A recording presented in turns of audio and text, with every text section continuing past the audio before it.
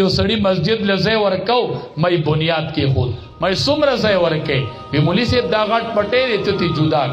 مې څومره ورکې وی مولوی صاحب د الله سره خلق حساب کوي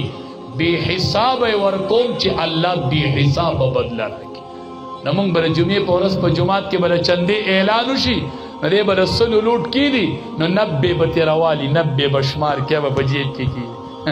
10 روپے به د جمعات په چنده کې ورځي ځان له بغیر رسول هغه لوټ ماته نور څه مطلب یې نه په 10 روپے به ته جنت وګټي نبی علیہ السلام چې دې سلاس کو 100 روپے وی خبري د نننی نرخ مطابق علماء چې په حسابو کې نو د 3 کروڑ نه سیوا وي د 3 کروڑ جنت پدا خلق ګټي ها جنت د دې مالدارانو کارو جمعتون جوړول د دې مالدارانو کارو